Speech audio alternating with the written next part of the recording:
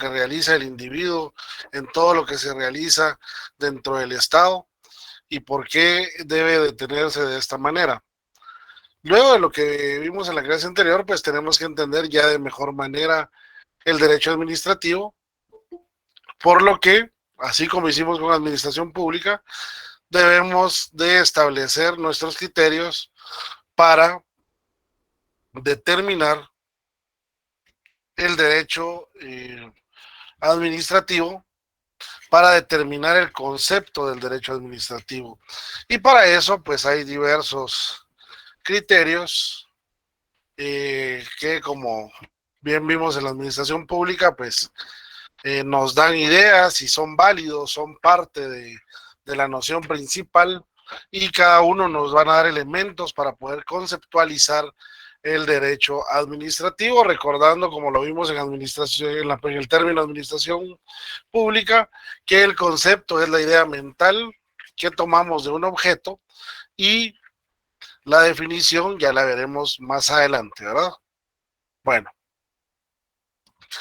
los criterios para establecer el concepto de derecho administrativo son, primero, los criterios de estricta base jurídica, o sea, los criterios que van a surgir estrictamente del derecho, de las ideas normativas, de las teorías del derecho, y luego tenemos los que tienen que ver con la función administrativa.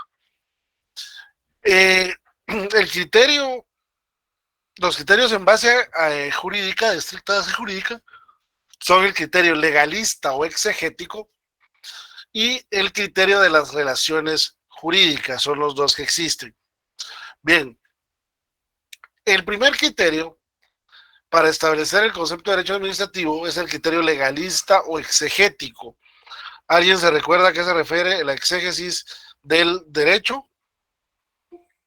¿Alguien se recuerda a qué se trata este término que estudiaron en Derecho 2, Introducción al Derecho 2?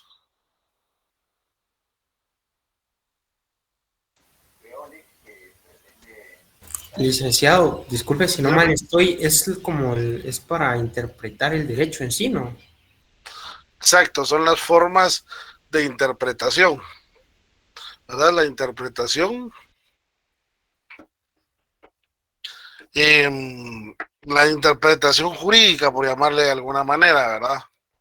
La interpretación de la norma jurídica.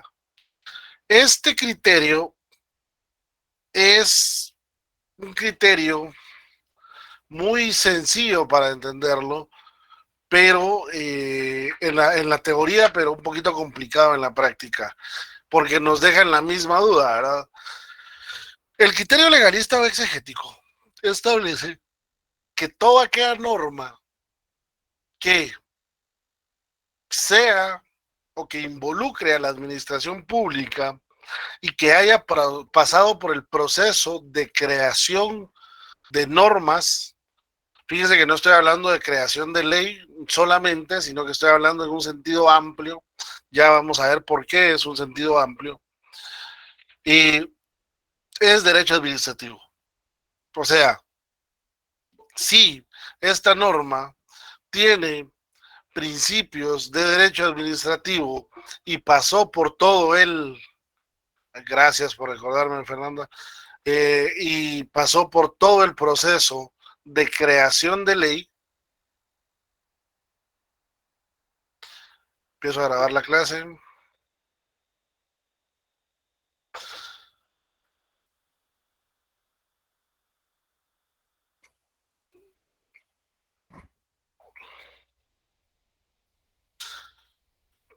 Si pasó por todo el proceso de creación de ley, es derecho administrativo. ¿Me explico?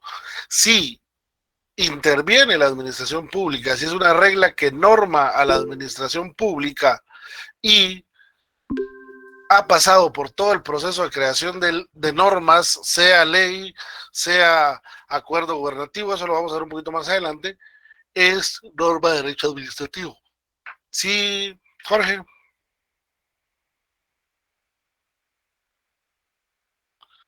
Jorge tiene levantada la mano. Bien, sigamos entonces. Por favor, tengamos cuidado con eso para no estar interrumpiendo la clase.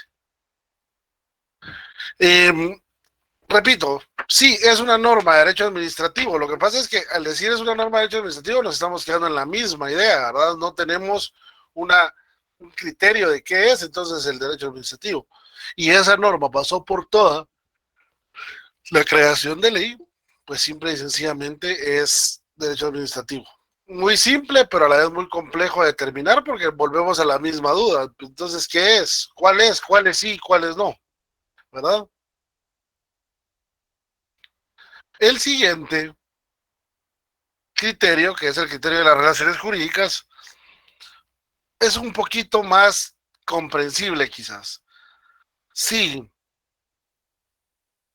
fíjense bien, si la norma jurídica, que es de la que estamos hablando, crea una relación o bien regula una relación entre el Estado y los particulares o uno de los particulares, entonces es de derecho administrativo. ¿Me explico? Si regula o crea una relación jurídica entre el Estado y los administrados, los súbditos, dicen en unos libros, pero los súbditos es cuando era monarquía, aquí hablamos de administrados, entonces vamos a entenderla como una norma de carácter administrativo y por lo tanto es parte del derecho administrativo. ¿Dudas o preguntas con estos dos criterios? ¿Comentarios?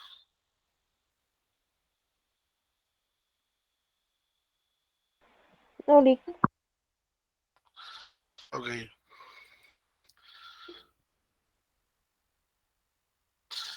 Vamos con los siguientes entonces. Estos son los basados en estricta base jurídica, o sea, o por su formación de ley es que son de derecho administrativo o bien por su por lo que regulan, por las relaciones que regulan entre los particulares, los administrados y el Estado.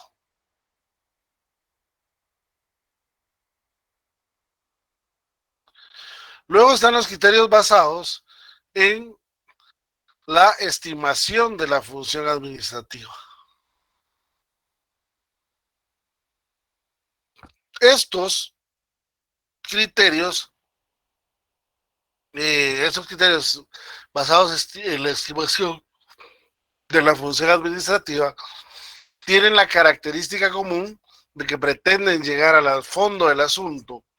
Es decir, quieren analizar la función administrativa del Estado y si las normas jurídicas que estamos tratando de estudiar como derecho administrativo son o participan, regulan esta función administrativa, perdón, esta función interna, esta función del Estado. No sé si me explico. O sea, como tratar de determinar en la norma jurídica, más allá de que si fue creada como una norma de derecho, más allá de que si fue creada para regular relaciones entre los particulares y el Estado, debemos ver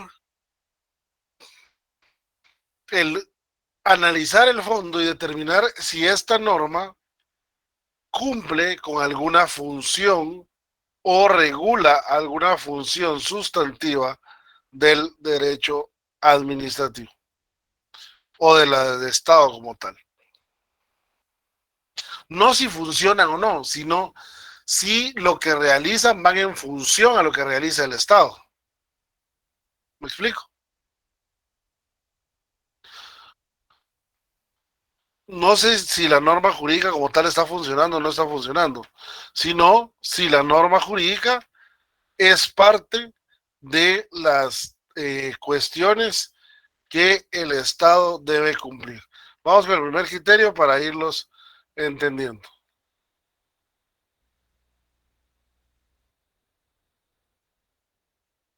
El primer criterio es la consideración, bueno, hay tres consideraciones, ¿verdad? La consideración subjetiva, la consideración formal y la consideración objetiva, y esa consideración objetiva tiene tres más, ¿verdad?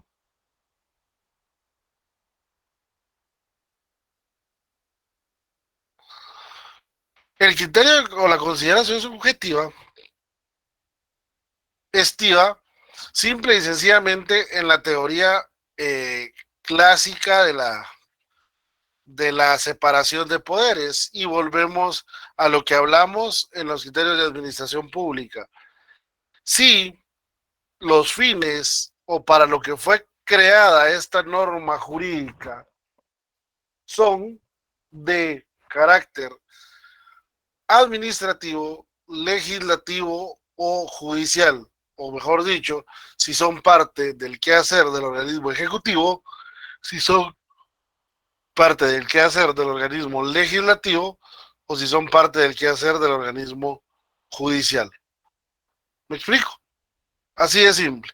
Y en esta consideración subjetiva, pues obviamente, si son parte las normas jurídicas del quehacer del organismo ejecutivo, entonces vamos a tenerlo como eh, derecho administrativo.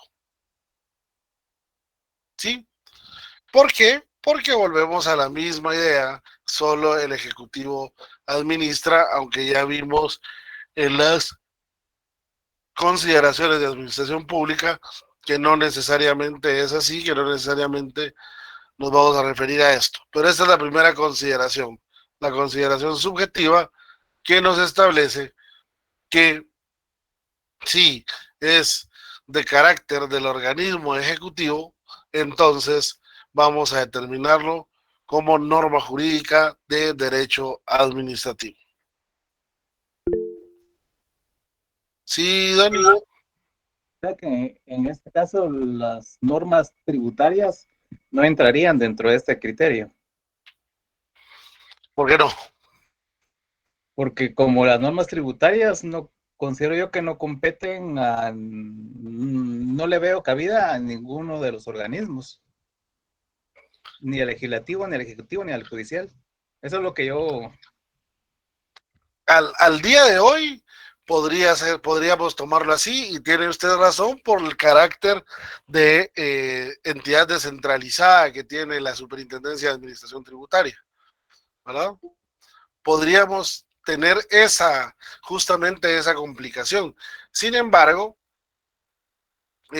vendría la otra contraparte, que como la función de la SAT es la de la captación de recursos para dárselos al Estado y que posteriormente el Estado lo administre, puede hacer de derecho administrativo. Justamente estas dudas son las que nos hacen no tomar al 100% esta consideración subjetiva como nuestro propio criterio, ¿ok? Porque Gracias, justamente como usted lo dice, puede ser o no puede ser, ¿verdad? Gracias, Lic.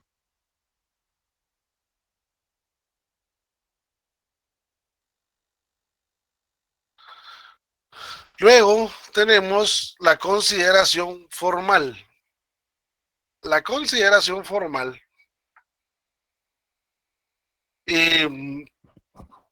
trata de alguna manera, Adolfo Merkel, que es de los pensadores padres de esta idea, de esta normativa, establecía que en esta tendencia, en la consideración formal, debemos calificar las funciones públicas haciendo un examen de la forma jurídica en que su actividad asume.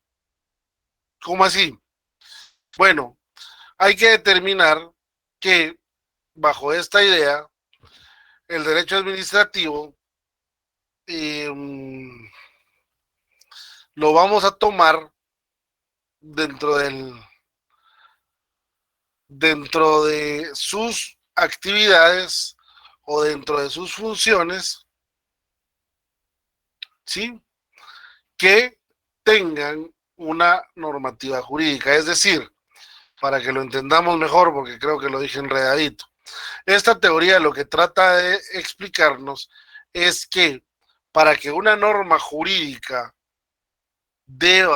se pueda tomar como norma de derecho administrativo, debe estar amarrado, debe estar unido a una función administrativa.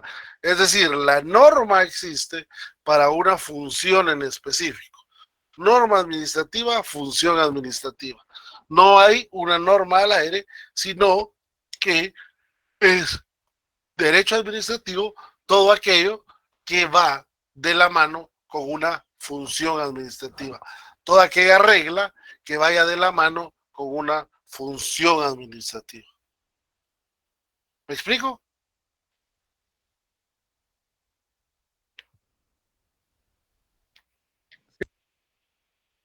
Y entonces en esta nos da otra duda. La función de legislar es cumplir con un mandato constitucional. Entonces es cumplir, bajo la teoría kelseniana, cumplir con la idea de una norma administrativa.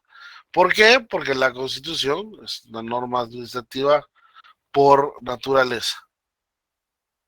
No sé si me explico bajo esta idea, ahora bajo la idea de Kelsen, que pone en la pirámide de las normas hasta arriba a la Constitución. Entonces, si la Constitución regula la actividad, entonces todas las normas que están debajo, que estén cumpliendo con la Constitución, están siendo parte del derecho administrativo.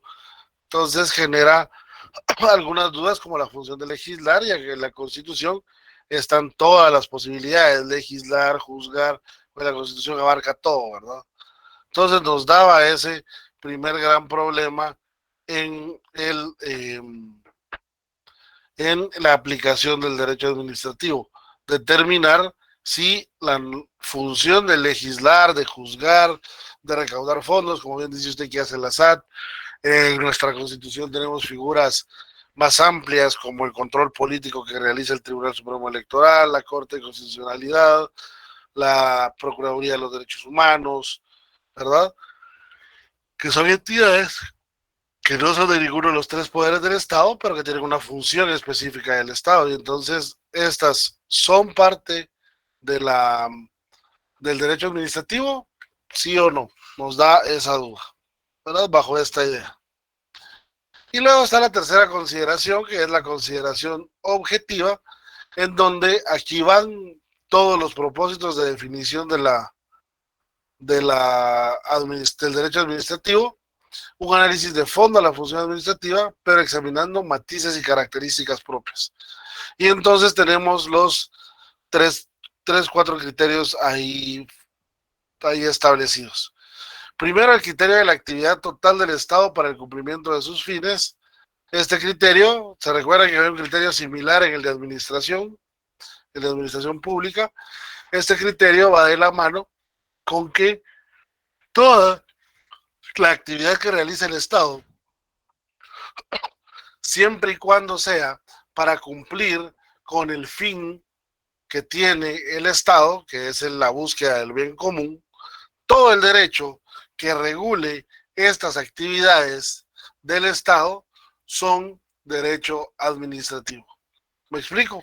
La actividad total del Estado para el cumplimiento de sus fines, que en el caso del fin general es el bien común, y luego estarán los fines pequeños, los objetivos pequeños. Bueno, todo lo que regula estos es derecho administrativo.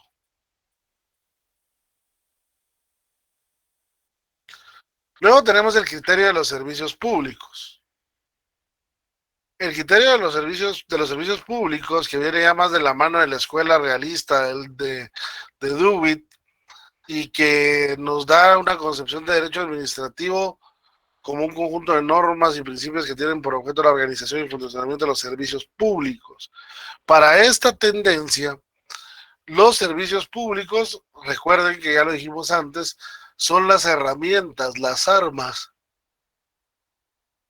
los utensilios que la administración pública toma, que el Estado toma para beneficiar a los ciudadanos y por lo tanto buscar el bien común, ¿verdad? Es decir, lo que consagra la Constitución es el derecho a la salud, el Estado debe buscar el cumplimiento de esto, pero lo hace por medio de la prestación de los servicios públicos, que en este caso son la de los hospitales y todos los servicios públicos relacionados con la salud. Es como el utensilio, es la herramienta que utiliza el Estado para cumplir con sus fines. Eso es el eh, eso es lo que desde este punto de vista tratamos de considerar, ¿verdad? Que los servicios públicos, todos los servicios públicos son herramientas y por lo tanto eso es lo que va a regular la norma jurídica. No va a regular en general, sino que va a regular la prestación del servicio y todo lo relacionado a este. ¿Dudas?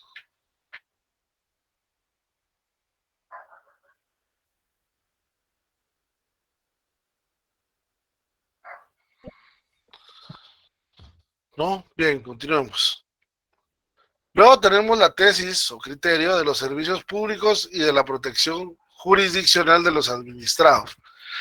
Sí, no solamente, esa es una segunda línea que pues va de la mano del argentino Bielsa, no el técnico de fútbol, ¿verdad? Sino Rafael Bielsa, eh, administrativista o profesor de Derecho Administrativo, que se establecía o que mencionaba que las nociones de servicio público no solo alcanzan, o el derecho administrativo no solo alcanza la prestación y el funcionamiento del servicio público, sino también que define a lo posterior, a la posibilidad que tiene el administrado de llegar a la justicia administrativa para poder hacer cumplir o tratar de hacer cumplir la normativa a su favor. Es decir, no solo alcanza las normas jurídicas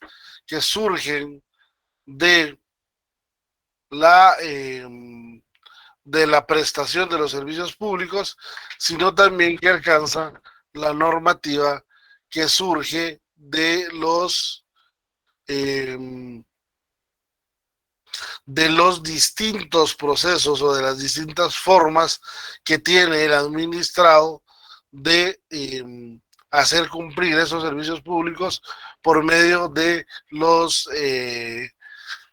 remedios procesales, por medio de la participación de los procesos jurisdiccionales administrativos. No sé si me explico en este caso.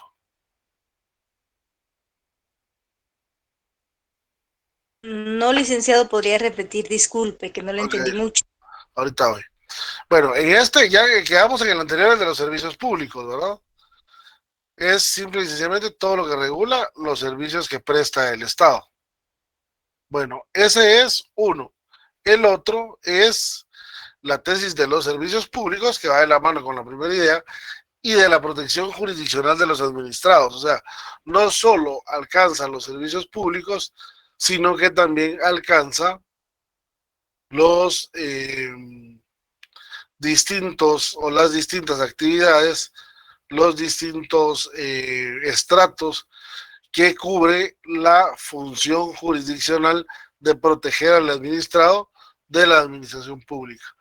Ahí me estoy refiriendo a los juicios contencioso administrativo, al juicio ejecutivo, al juicio de cuentas, es decir, las herramientas procesales que existen y de las que puede hacerse valer tanto la administración pública como el administrado para protegerse y para poder liberar de alguna manera a la otra parte de la actividad, como por decirlo de alguna manera, no solo cubre el tema administrativo como tal, sino también la parte del proceso administrativo que, como ya les dije, va del económico coactivo, el contencioso administrativo, etcétera, etcétera, etcétera.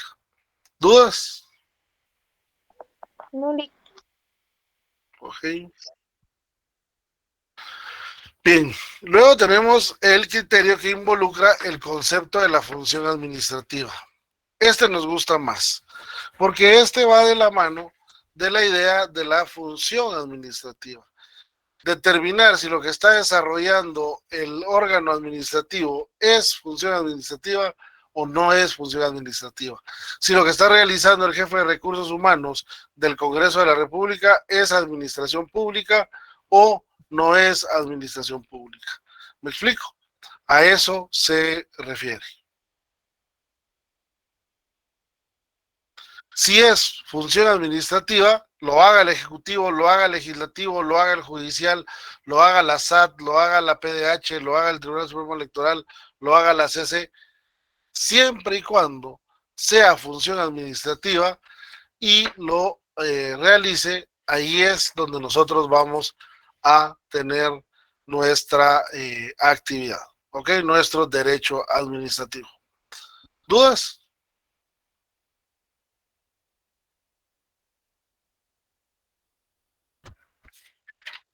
No, licenciado.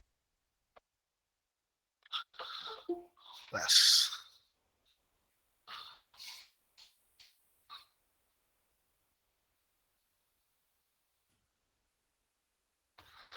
Bueno, ¿y cuál es la orientación contemporánea? ¿Cuál es la idea actual? Bueno, hay un grupo actual de pensadores, grupo de autores que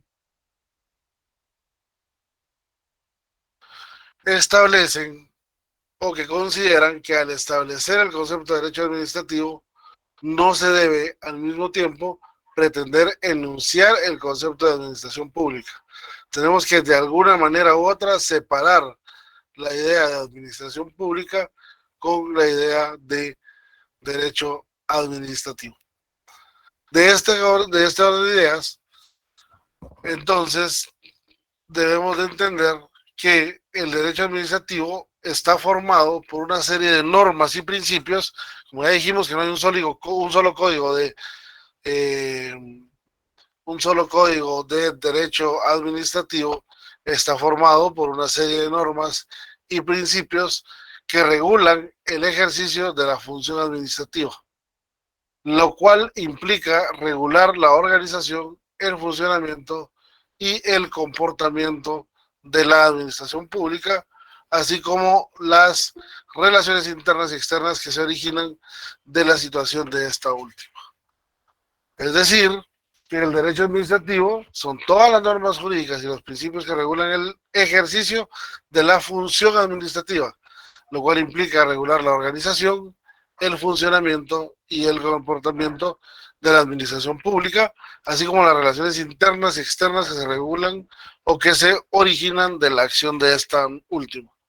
La administración pública está inmersa en todo lo que se realiza. Entonces, para nosotros, en la orientación contemporánea, derecho administrativo es todo lo que las normas y los principios que regulan el ejercicio del derecho han permitido para la función administrativa, lo cual implica regular la organización, el funcionamiento y el comportamiento de la administración pública. O sea, debe ser integral.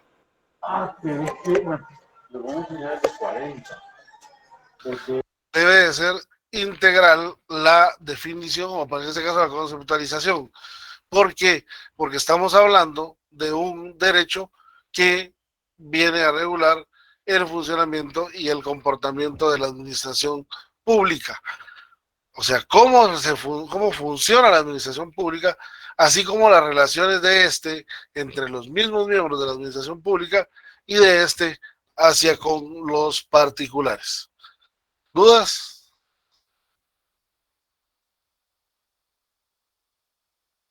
Sigamos.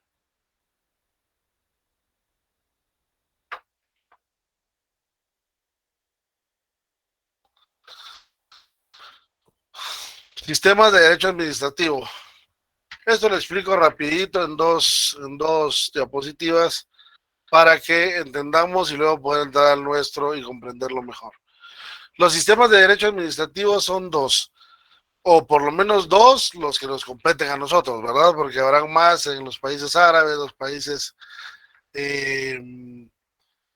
los países del Oriente milenario, en donde ellos obviamente tienen otra idea de derecho administrativo, porque sus circunstancias y sus teorías y sus doctrinas son distintas a las nuestras. Pero para nosotros, el sistema del derecho administrativo anglosajón es aquel en el que es el imperante principalmente de Inglaterra y donde no existe un derecho especial que regule las relaciones entre la administración pública y los particulares.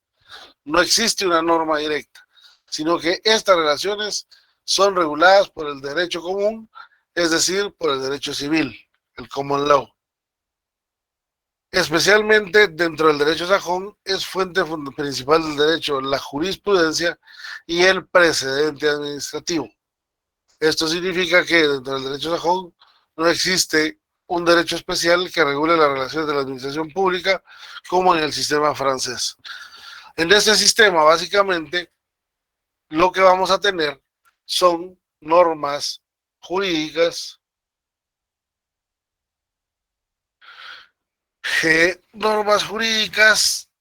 de derecho administrativo, pero también vamos a darle mucha importancia y van a ser quienes van a dirigir la teoría, por decirlo así, la jurisprudencia y el precedente administrativo, que obviamente es mucho más fuerte el tema de la jurisprudencia que el precedente administrativo.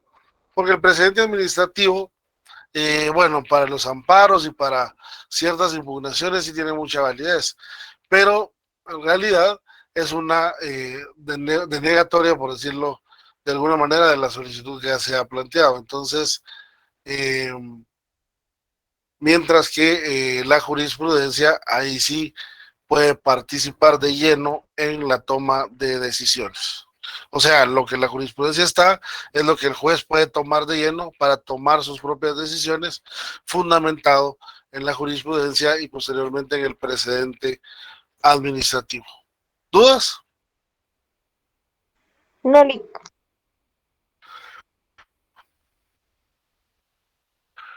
Acá entonces tenemos claro que no existen normas de derecho administrativo como tal. De hecho, ustedes saben que en todas las ramas del derecho, en el derecho anglosajón, pueden crearse normas jurídicas, pero si un juez no decide utilizarlas, no van a ser tomadas en cuenta definitivamente, ¿verdad?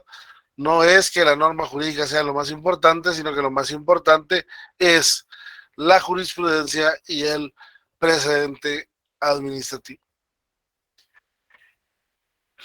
¿Cuál es la diferencia entre la jurisprudencia y el precedente administrativo?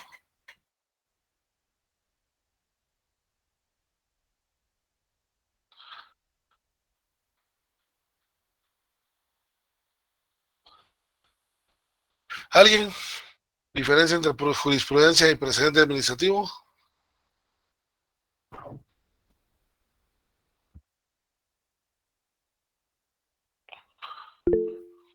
Minor. ¿Será que la jurisprudencia son normas ya establecidas o creadas para ese fin, mientras los precedentes administrativos han sido solamente la experiencia anterior a ese caso? Bueno, ¿alguien más? ¿No? Bueno, simple. Eso es el sistema anglosajón, no es el sistema francés. En este sistema, la jurisprudencia y el precedente administrativo tienen mucha importancia. La jurisprudencia es las decisiones emanadas por los jueces que tienen la capacidad y la categoría para ello. Ejemplo, en los Estados Unidos, ustedes bien saben que para los juicios es más importante la jurisprudencia, eso es fallos de jueces en otros casos similares con resultados similares. Y el precedente administrativo es como todo lo que ha sucedido administrativamente, todas las resoluciones administrativas que si bien ya causaron firmeza, pues se le denominan precedente administrativo, o sea, tienen toda la validez al igual que la jurisprudencia. Valverdi, la jurisprudencia son las sentencias y el presidente administrativo es una decisión del funcionario público. Sí, correcto, correcto. Ya vamos a entrar a lo que es los órganos administrativos y las resoluciones administrativas, el acto administrativo como tal, y ahí lo vamos a entender mejor. ¿Ok? Y luego tenemos el sistema francés. Como consecuencia de la Revolución Francesa, nace el derecho administrativo como un derecho especial que regulará las relaciones que se dan entre la administración pública y los particulares y las que se den entre las mismas instituciones administrativas. En el sistema francés, el derecho administrativo es un derecho especial dentro de la administración pública. Tendrá o intentará tener sus propios códigos o de irse mutando con el tiempo para ir buscando sus propios códigos y, digamos, en alguna manera fue protegido por la Revolución Francesa, es decir, al existir la Revolución Francesa y ser esto el nacimiento del derecho administrativo una consecuencia, pues este sistema francés obviamente se extiende por todos los países del mundo que quisieron entrar a esta historia. Guatemala toma en cuenta el precedente administrativo en algunos casos, pero sigue teniendo preeminencia la decisión de la autoridad, ¿verdad? O sea, no guiar a la autoridad a una decisión, no porque se ha decidido de alguna manera, la autoridad administrativa deba tomar una nueva decisión de esa índole. Eso es solamente en materia administrativa, en donde el precedente sí es válido, sí existe, pero digamos, se va viendo más en el día a día y en el trabajo que realizan, en donde la consulta en cómo se hacía, cómo se trabajaban los manuales, cómo se trabajaba, se ha trabajado históricamente en esta entidad, es lo que nos va dando esta segunda etapa, que es lo relativo a el derecho o el sistema francés desde la administración pública. Ya en derecho procesal van a haber algunas otras diferencias del sistema anglosajón con el sistema francés. En Guatemala tenemos en la mayoría de cuestiones el sistema francés, ¿ok? El sistema anglosajón prácticamente nosotros no lo utilizamos, estamos muy apegados al sistema francés. ¿Dudas?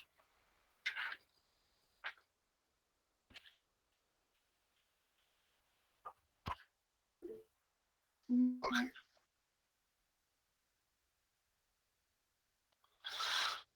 Las características del derecho administrativo. Bueno, las características del derecho administrativo es que es un derecho joven, porque ahí dijimos que surge de la Revolución Francesa y no como producto del surgimiento del Estado de Derecho, es decir, no surge desde hace mucho, sino que nace con la Revolución Francesa.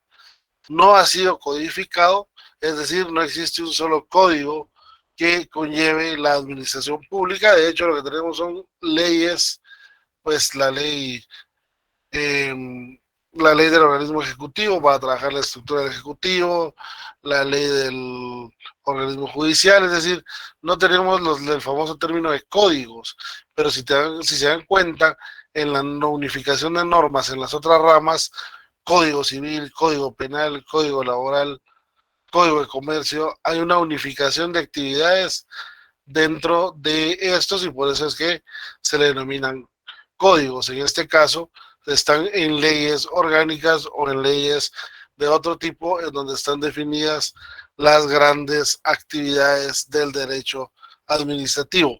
No es en códigos. Va a ser muy raro, muy difícil que ustedes encuentren un código que verse sobre derecho administrativo. ¿Sí?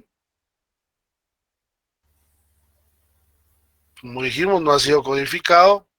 Es un derecho subordinado porque depende de una ley superior, en este caso la Constitución. Sí, solo sí, necesariamente sí, debe existir la Constitución para poder desarrollar las actividades.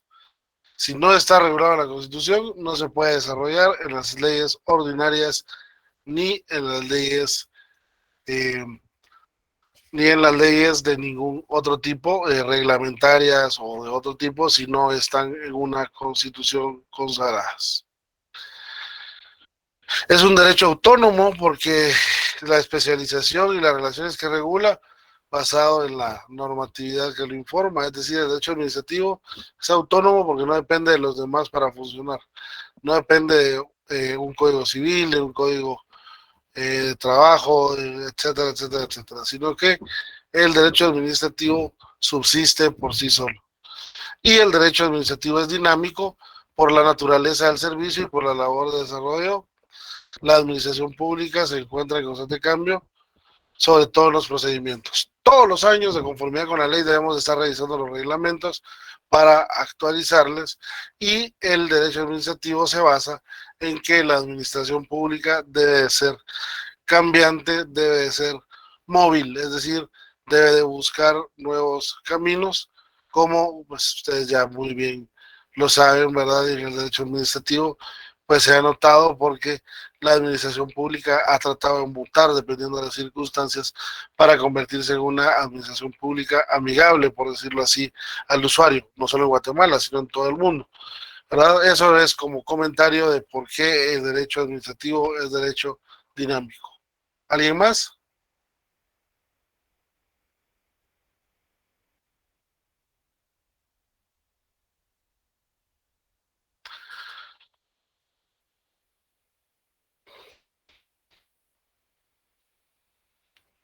Bien, y rapidito, el derecho, aquí puse algunas relaciones, pero ustedes ya saben que el derecho administrativo, como las demás ramas del derecho, eh, van a estar codificadas, pero van a estar muy relacionadas con otras ciencias, dependiendo de la codificación, dependiendo de los códigos que la motiven, y sobre todo que las ramas del derecho interactúan entre sí.